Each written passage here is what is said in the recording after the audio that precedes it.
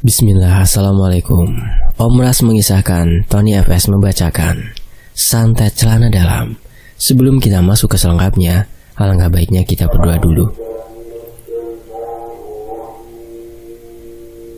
Bismillahirrahmanirrahim. Allahumma shalli ala sayyidina Muhammad. Ini dia selengkapnya. Nah, ini hampir banyak banget orang-orang yang tahu tentang hal ini. Karena kalau Om Ras pengen, Om juga bisa ngelakuinnya. Ya, tapi janganlah, karena kita nggak berhak menghakimi orang, apalagi sampai membuat dia celaka. Yang akan Om Ras ceritakan kali ini juga sudah banyak korbannya. Dan biasanya korban merupakan pendatang-pendatang baru, karena mereka kebanyakan enggak percaya dan menyebutnya hanya tahayul. Desa M masih di Kalimantan ya. Di sini warganya ramah-ramah, baik-baik, apalagi pada pendatang baru. Sore itu, Bu Ipit dimarahi habis-habisan oleh Bu Silo yang punya toko sembako terbesar di desa tersebut. Saat mau ngutang saja, manis sekali mulutmu itu. Giliran ditagih, nanti terus jawabannya.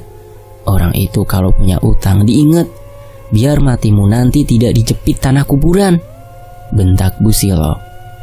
Sementara Bu Ipit hanya terdiam dan sesekali mengusap air matanya. Makanya lain kali kalau ndak sanggup bayar jangan ngutang. Kamu kira warungku itu hasil ngemis? Lanjut Bu Silo, yang semakin mengeluarkan kata-kata kasar dan hinaannya pada Bu Ipit.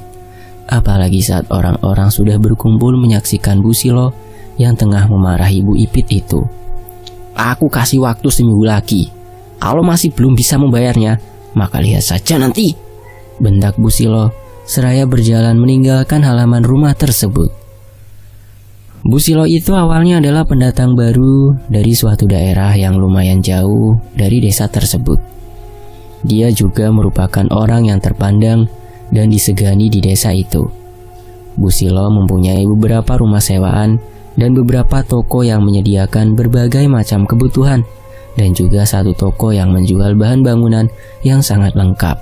Dan hampir sepertiga lapak-lapak di pasar merupakan milik Bu Silo yang dikelola oleh anak-anak buahnya yang satu daerah dengannya. Di sisi lain, Bu, saya mau ngutang beras sama minyak goreng, ucap seorang anak kecil laki-laki berusia 12 tahunan pada Bu Silo, yang saat itu Bu Silo tengah duduk sambil menghitung uang hasil berjualan. Bu Silo menghentikan aktivitas menghitung uangnya sejenak.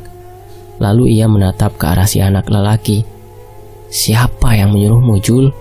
Ibumu mana? Tanya Bu Silo dengan nada yang ramah. Sangat jauh berbeda pada saat ia memarahi Bu Ipit. Uma sedang menyadap karet, sedang memantat. Katanya nanti kalau sudah maawang kantalan, utangnya langsung dibayar, Bu, jawab Jul. Bu Silo tersenyum ramah, lalu berdiri dan mengambilkan beberapa kilo beras dan minyak goreng, serta beberapa bungkus mie instan. Maaf Bu, tapi kata Uma, aku disuruh ngutang minyak sama beras saja, tidak pakai mie, kata Jul menolak. Ini ibu kasih untukmu Jul, tidak masuk hutang, jawab Bu Silo dengan bibir tersenyum. Jul tersenyum menerima bungkusan plastik yang berisi beras, minyak, dan mie instan tersebut, lalu berpamitan pada Bu Silo yang menatapnya dengan bibir tersenyum.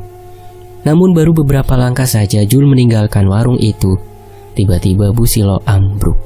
Mendengar suara saat tubuh Bu Silo menyentuh lantai, Jul langsung bergegas berlari menghampiri tubuh Bu Silo yang sudah tergeletak lemas tak sadarkan diri.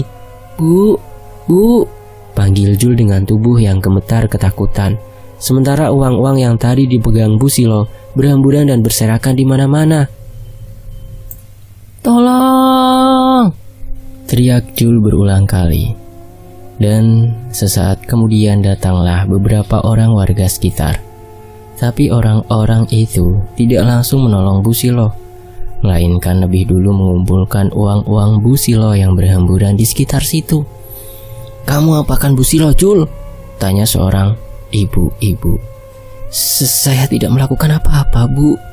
Saat saya mau pergi tadi, saya mendengar gedebuk benda jatuh.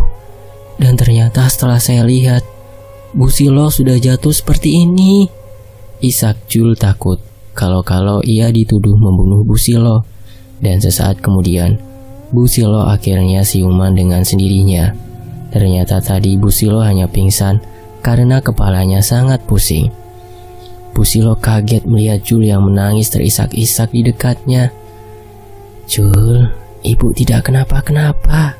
Jangan menangis," ucap Bu Silo seraya mengusap-usap kepala Jul. Sesaat kemudian, Bu Silo sadar kalau uangnya sudah lenyap. Uangku mana?"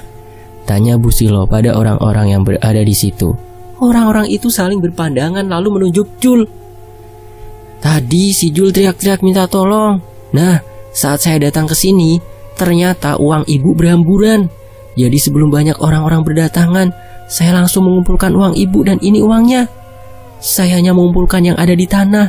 Selebihnya bisa ibu tanyakan sendiri pada Jul," ujar orang itu. Bu Silo menerima uang tersebut yang ternyata sudah sangat banyak berkurang. Namun ia tak ingin menuduh Jul karena ia tahu sifat anak itu yang sangat jujur dan polos. Di sisi lain, "Assalamualaikum," ucap Bu Silo di depan pintu rumah Jul. "Waalaikumsalam," jawab seorang wanita yang adalah ibunya Jul. "Maaf ya Bu, kalau saya terlambat bayar hutang. Rencananya nanti sore saya mau melunasi hutang saya ke rumah Bu Silo," ucap ibunya Jul. Kau ini Rus, aku kemari ingin mengantarkan oleh-oleh dari Banjarmasin. Ini untukmu dan Jul. Kalau tidak ada Jul saat itu, entah apa yang terjadi padaku. Dan masalah hutang itu, aku 100% percaya padamu. Karena masalah hutang, kau itu berbeda dari yang lain, Rus. Sebenarnya yang membuatku kesal itu ialah saat mereka selalu mengatakan tidak punya uang, tapi kok bisa membeli barang-barang mewah. Namun utang yang hanya beberapa rupiah saja tidak mau membayarnya. Itu yang membuatku sangat kesal, Rus, ujar Bu Silo. "Oh iya Rus, ini baju-baju ini untukmu semuanya. Dan ini untuk Jul. Nah, yang ini makanan untuk kalian. Aku senang sekali jika kalian mau menerimanya, Rus," kata Bu Silo seraya membuka tas-tas dan plastik yang berisi banyak makanan dan baju-baju yang bagus-bagus. "Apa ini tidak kebanyakan, Bu?" tanya ibunya Jul. "Kalau mau memberi itu jangan tanggung-tanggung, jadi ambillah ya," jawab Bu Silo tersenyum. "Terima kasih banyak, Bu," ucap ibunya Jul. Sementara itu di sisi lain, "Aduh, kamu itu bisa kerja tidak, ha? Gulanya tumpah-tumpah begini, lihat," bentak Bu Silo pada salah satu pekerja di rumahnya. Si wanita itu hanya bisa terdiam tanpa berani menjawab bentakan Bu Silo. "Kalau begini terus kerjamu, kau akan kuberhentikan." Hari itu, Bu Silo akan berangkat untuk membeli barang-barang di tokonya yang sudah mulai habis. "Aduh, celana dalamku yang sering kupakai pergi-pergi jauh itu di mana sih, Han?" tanya Bu Silo pada perempuan yang pernah ia marahi tempo hari. Saya tidak tahu, Bu. Bukankah sudah saya cuci dan saya lipat, Bu?" jawab perempuan itu. "Iya, tapi sudah ku cari di lemari tidak ada. Terpaksa aku pakai yang ini. Datangnya nanti sudah balancat papi kangen." Untuk itu, bahasa yang balancat papi kangen itu Om Ras kurang tahu ya. Di tempat kalian itu nyebutnya kayak gimana. Yang pasti kalau balancat itu biasanya pangkal paha memerah dan terasa sakit.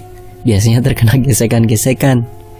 Ya, gesekan-gesekan pinggiran celana dalam itu, atau keseringan terkena basah, ujar Bu Silo. Perempuan itu hanya bisa menunduk mendengar perkataan Bu Silo. Setelah berkata seperti itu, Bu Silo langsung pergi untuk bersiap-siap. Singkat cerita, sudah 2 hari berlalu. Hari itu, Bu Silo masih berkeliling di tengah pasar untuk mencari barang yang akan ia jual. Tapi entah kenapa saat di pasar itu, Bu Silo banyak diam dan sering duduk. Wajahnya juga terlihat pucat dan gelisah. "Saya pulang duluan ya. Kamu yang membeli semuanya ya," ujar Bu Silo, seraya menyerahkan tasnya yang berisi uang pada orang kepercayaannya, yang sekaligus keluarganya itu. "Loh, memangnya kenapa, Kak?" tanya keluarganya tersebut. "Tidak apa-apa. Kepalaku pusing. Rasanya aku kurang enak badan, jawab Busilo. Aku antar ya kak, ujar keluarganya itu menawarkan. Tidak usah, aku pulang ke penginapannya sendiri saja. Lebih baik kamu membeli barang-barang yang sudah kutulis di buku catatan itu saja, Mai, kata Busilo. Keluarganya itu pun mengangguk mengiyakan. Busilo dengan langkah yang aneh pergi meninggalkan pasar, lalu menuju ke arah tukang bajai yang tengah menunggu penumpang. Ke penginapan S, ujar Busilo pada si tukang bajai, seraya membuka pintu bajai tersebut. Iya bu. Di sepanjang perjalanan menuju ke penginapan itu, Busilo sudah merasa sangat tidak nyaman pada daerah kewantitaannya. Ada rasa sakit bercampur gatal yang tidak biasa di situ. Di sini kan bu penginapannya? Tanya si tukang bajai. Iya, ini pak uangnya, jawab Busilo gelisah, seraya memberikan uang yang lumayan besar kepada si tukang bajai. Bu, sebentar kembaliannya, panggil si tukang bajai. Namun Busilo tak menghiraukan panggilan itu. Ia terus berlari-lari kecil menuju ke dalam penginapan. Singkatnya, saat sudah berada di dalam kamar penginapannya, Busilo langsung ke dalam kamar mandi. Kak, badanmu panas sekali, kata Maya. Busilo menggigil menahan rasa takut dan gatal di kemaluannya. Sudah beberapa hari mereka terlewat jadwal untuk pulang, sementara Busilo semakin bertambah parah. Maya yang ikut bersamanya itu pun menjadi bingung antara harus membawa Busilo pulang dengan keadaan yang seperti itu, atau ia yang pulang terlebih dulu untuk mengabarkan pada keluarganya yang lain tentang apa yang terjadi pada Busilo. Ia sangat bingung kala itu. Ia benar-benar tidak tega pada Busilo. Yang menambah kebingungannya ialah saat pemilik penginapan mengusir mereka karena Busilo yang sudah tak bisa bangun dan berjalan ke WC untuk buang air kecil ataupun buang air besar yang ia lakukan dari atas tempat tidur penginapan, dan bau busuk yang keluar saat pintu kamar itu dibuka juga sangat mengganggu tamu lain di penginapan tersebut. Sekali lagi maaf bu, silahkan ibu bawa ibu ini keluar dari penginapan saya, karena di sini bukan rumah sakit bu. Tamu-tamu yang lain terganggu oleh bebauan yang berasal dari kamar ibu ini, ujar si pemilik penginapan. Saya minta waktunya pak, saya akan membawa saudara saya ini ke rumah sakit. Saya ingin keluar untuk mencari ambulan, kata Maya meminta pengertian dari si pemilik penginapan itu. Tanpa berkata ataupun mengiyakan, si pemilik penginapan pergi meninggalkan Maya. Dan seperginya pemilik penginapan itu, Maya pun langsung pergi setelah mengunci pintu kamar penginapan yang di dalamnya ada Busilo. Pak, saya kan dari desa, dan saudara saya tiba-tiba sakit keras dan sekarang berada di penginapan. Nah, pemilik penginapan itu mengusir kami. Jadi saya mau tanya, bagaimana caranya memanggil ambulan ke sini untuk menjemput saudara saya yang sakit itu ke penginapan, lalu membawanya ke rumah sakit? Saya mohon bantuannya, Pak. Saya benar-benar tidak tahu lagi harus meminta tolong pada siapa di sini, ujar Maya terisak. Baik, saya akan memanggilkan ambulan, dan nanti setelah itu saya akan mengarahkan mereka ke penginapan itu. Kamu tunggu saja di penginapan, kata bapak-bapak tukang becak tersebut. Alhamdulillah, terima kasih ya pak. Lalu setelah itu si tukang becak tersebut langsung pergi meninggalkan becaknya, lalu naik taksi kol entah kemana. Sementara itu Maya langsung berlari ke arah penginapan. Setelah sampai di depan pintu kamar, ia dikagetkan dengan kemunculan beberapa ulat keba yang seharusnya tidak ada di daerah perkotaan seperti itu. Ulat keba ini adalah ulat yang sangat besar untuk ukuran seekor ulat. Kakinya hanya mirip lipan, namun tidak biasa. Bagian atas tubuhnya sangat keras, mirip-mirip terenggiling. Ulat keba ini kalau disentuh tubuhnya akan terenggiling, menggiling jadi bulat. Nah, menurut kepercayaan di sana, ulat ini juga bisa buat pambanci atau membuat huru-hara rumah tangga musuh. Caranya yaitu melemparkan ulat keba itu ke rumah si target sampai tubuh ulatnya pecah. Dulu sewaktu Om Ras masih main di hutan-hutan, sering banget mainin ini ulat, tapi nggak pernah Om bawa masuk rumah karena kata ayah Om pamali. Kembali ke cerita. Dari mana ulat-ulat ini? Batin Maya lalu berjalan keluar lagi untuk mencari sesuatu yang bisa digunakan mengusir ulat-ulat itu. Dan setelah ia menemukan sebilah ranting kayu di halaman penginapan, ia pun langsung masuk lagi. Namun anehnya ulat-ulat itu sudah tidak ada lagi. Apa mungkin tadi itu hanya hayalanku saja? Kriat. Saat pintu terbuka, Maya melihat Bu Silo yang sudah berada di bawah tempat tidur dengan kotoran yang berceceran di sana-sini dalam ruangan itu. Tanpa ragu, Maya membersihkan kotoran-kotoran Bu Silo di tubuhnya, lalu melepaskan spray dan perlahan-lahan mengangkat Bu Silo ke atas tempat tidur. Setelah selesai, ia pun langsung membersihkan lantai dan mencuci spray tersebut hingga bersih dari kotoran Bu Silo. Dan tidak lama kemudian, tiba-tiba terdengar suara ketukan di pintu. Maya langsung berlari dari kamar mandi untuk membukakan pintu. Syukurlah Bapak sudah datang, ujar Maya setelah mengetahui siapa yang datang bersama orang-orang tersebut. Boleh kami masuk? Tanya seorang yang lain. Maya mengangguk dan membukakan pintu lebar-lebar. Tolong ya Pak, ucap Maya pada si bapak tukang becak. Tadi sudah saya katakan sama orangnya nak, mungkin ibu itu akan langsung dibawa ke rumah sakit, jawab si bapak. Singkatnya Bu Silo akhirnya dibawa ke rumah sakit, sementara Maya juga ikut bersamanya di ambulan. Sebenarnya setelah diperiksa, ibu ini tidak sakit apa-apa. Tapi anehnya, kenapa di kenyataan seperti ini ya? Kelaminnya membusuk hingga ke dalam. Begitu juga dengan tubuh beliau, seperti lumpuh, kata dokter. Lalu sebenarnya saudara saya kenapa? Tanya Maya terisak. Kami akan mencoba melakukan yang terbaik. Di sisi lain, sudah beberapa jam Maya menunggu di luar kamar Bu Silo dirawat. Tiba-tiba ia teringat si bapak-bapak tukang becak yang sebelum ia pergi tadi sempat membisikkan sesuatu. Sakitnya tidak wajar. Begitulah kata si bapak-bapak tukang becak itu. Tanpa ragu lagi, Maya segera berlari keluar. Dan kebetulan setelah berjalan sebentar, Maya akhirnya sampai di sebuah pangkalan bajai. Pak, ke depan penginapan itu ya, ujar Maya. Lalu setelah si bapak tukang bajai mengiyakan, ia pun langsung membuka pintu bajai tersebut. Semoga bapak itu masih ada, batinnya. Dan singkatnya dari kejauhan Maya melihat si bapak tukang becak itu masih ada di tempat tadi sewaktu Maya meminta tolong.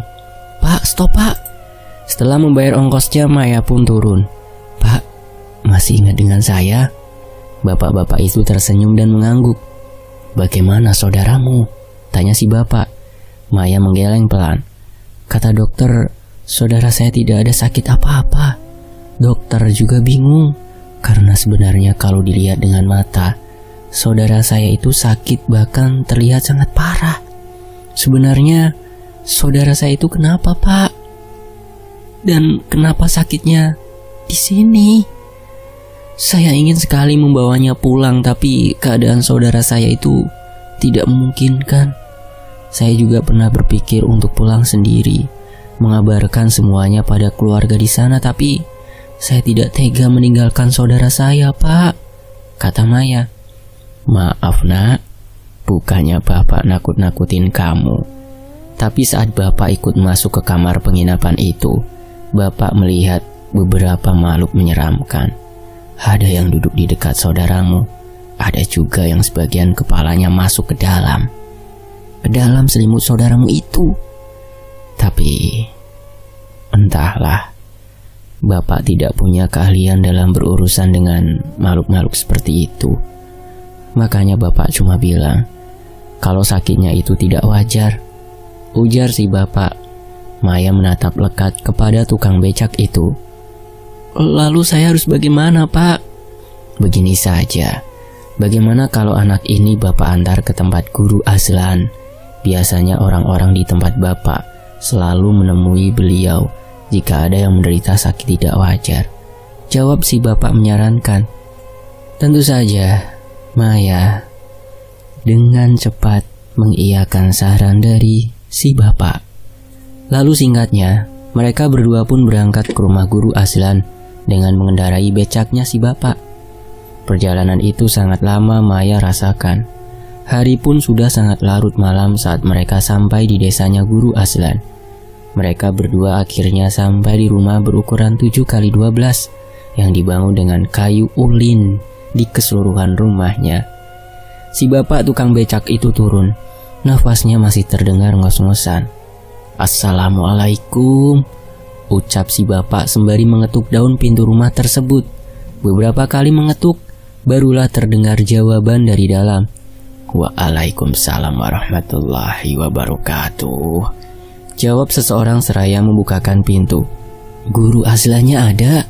tanya si bapak saat melihat siapa yang membukakan pintu, yaitu seorang lelaki tua berusia sekitar 70 tahunan lebih, namun masih nampak gagah. "Ada, ayo silakan masuk," jawab lelaki tua itu dengan ramah. Mereka berdua dipersilakan duduk. Dan setelah itu lelaki tua tadi langsung berjalan ke arah kamar paling ujung, dekat pintu dapur. Setelah menunggu beberapa saat kemudian, muncullah seorang lelaki yang berusia sekitar 40 tahunan, yang masih mengenakan kopiah dan memegang tasbih. Guru Azlan menatap lekat ke arah samping Maya. "Maaf kami datang selarut ini," ucap si bapak tukang becak. Guru Azlan tersenyum ramah. "Tidak apa-apa. Kalau boleh saya tahu, apa tujuan kalian kemari?"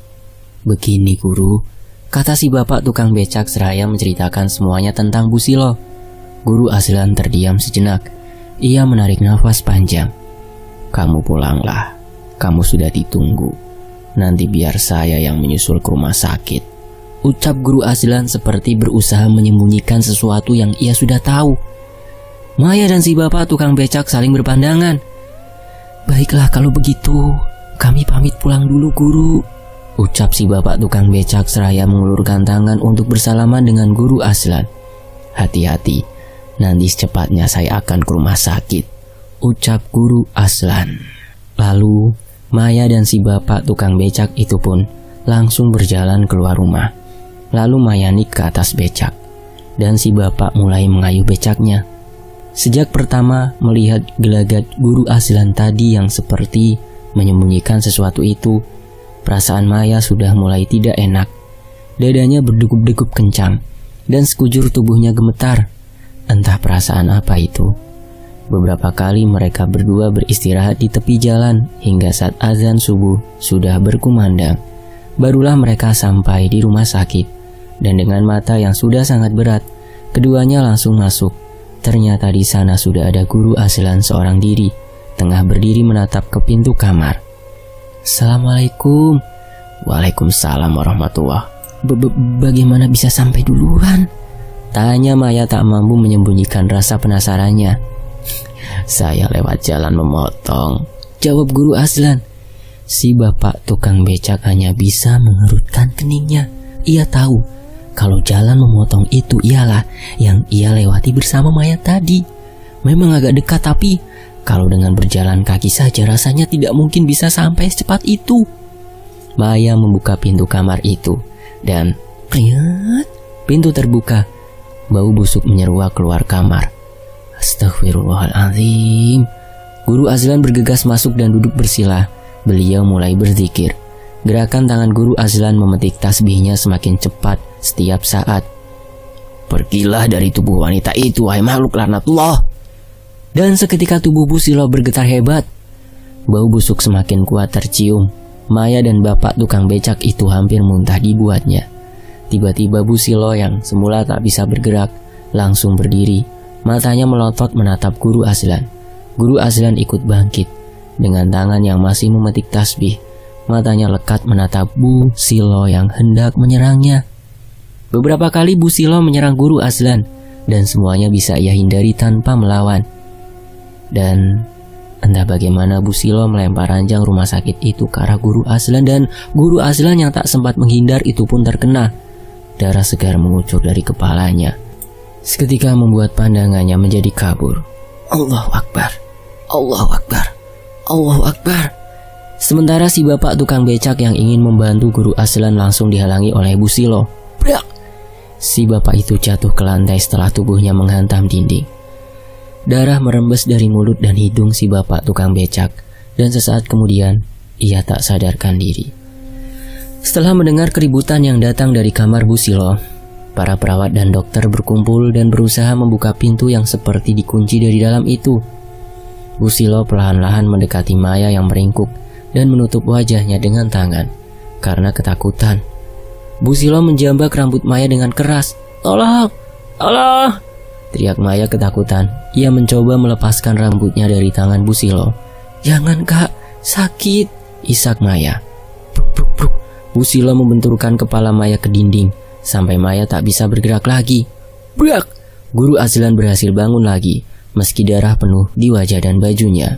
Sebelum mendekati Bu Silo, Guru Azlan membaca 2 kalimat syahadat dan berserah diri pada Allah. Asyhadu an la ilaha illallah wa asyhadu anna Muhammadar Rasulullah. Allahu Akbar. Orang-orang yang berada di depan pintu luar itu terus berusaha membuka pintu. "Ah!" teriakan Bu Silo terdengar mengerikan. Kaki Guru Azlan bergetar, seolah-olah tak mampu lagi untuk berdiri menopang tubuhnya. "Sudah cukup kau menyakiti perempuan itu. Pergilah, jangan kau siksa dia lagi." Namun lagi-lagi makhluk yang berada di dalam tubuh Bu Silo itu tak menjawab apa-apa. Ia malah semakin gencar menyerang Guru Azlan. Guru Azlan terbatuk, darah segar keluar dari mulutnya. Ia sadar ternyata ada seseorang yang mengendalikan makhluk bisu dan tuli itu dari jauh, dan Guru Azlan pun terkena serangan dari jarak jauh si majikan makhluk itu. Guru Azlan mencoba untuk fokus pada si penyerang jarak jauh, namun itu tentu saja tak mudah, karena setiap Guru Azlan sudah mulai terfokuskan. Makhluk yang berada di tubuh Bu Silo langsung mengacaukannya. Si bapak tukang becak yang juga sudah mulai siuman berusaha untuk bangun dan membantu Guru Azlan yang sudah mulai melemah akibat serangan-serangan fisik dari Bu Silo dan serangan jarak jauh dari musuh. Si bapak itu mengambil selimut dan langsung menangkap Bu Silo menggunakan selimut itu. Bu Silo mengamuk dan hampir saja si bapak tidak bisa mengatasinya. Namun untungnya pintu berhasil terbuka dan para perawat ikut memasung tubuh Bu Silo sehingga mematikan gerakan dari Bu Silo. Keringat dingin sudah membasahi wajah dan baju Guru Azlan. Beliau terus memejamkan matanya dan terus berdoa, mencoba untuk melawan serangan gaib dari pihak musuh. "Aku berlindung kepadamu ya Allah," ucap Guru Azlan di akhir doanya. Lalu beliau berjalan dengan langkah tertatih-tatih menuju ke arah Bu Silo. Guru Azlan meletakkan tangannya di atas ubun-ubun Bu Silo.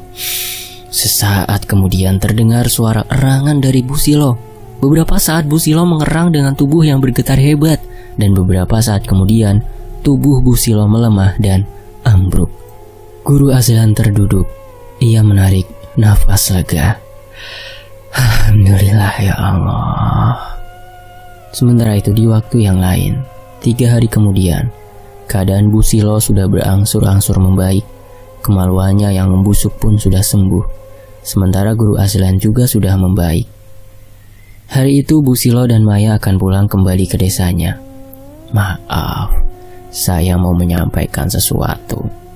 Kalau barang-barang milik pribadi sebaiknya jangan menyuruh orang lain mengurusnya. Karena kita tidak tahu hati seseorang, apakah dia membenci kepada kita atau yang lain-lain. Dari sini, belajarlah untuk lebih berhati-hati, Bu," ucap Guru Azlan saat Bu Silo dan Maya bertamu ke rumah Guru Azlan untuk berpamitan. "Baik Guru, saya akan lebih berhati-hati lagi. Terima kasih sudah mau menolong saya. Terima kasih atas semuanya," kata Bu Silo seraya menyerahkan amplop putih. Sampai saat ini tidak diketahui siapa yang membuat Bu Silo sakit, karena Guru Azlan tak pernah mau mengatakan siapa dalangnya.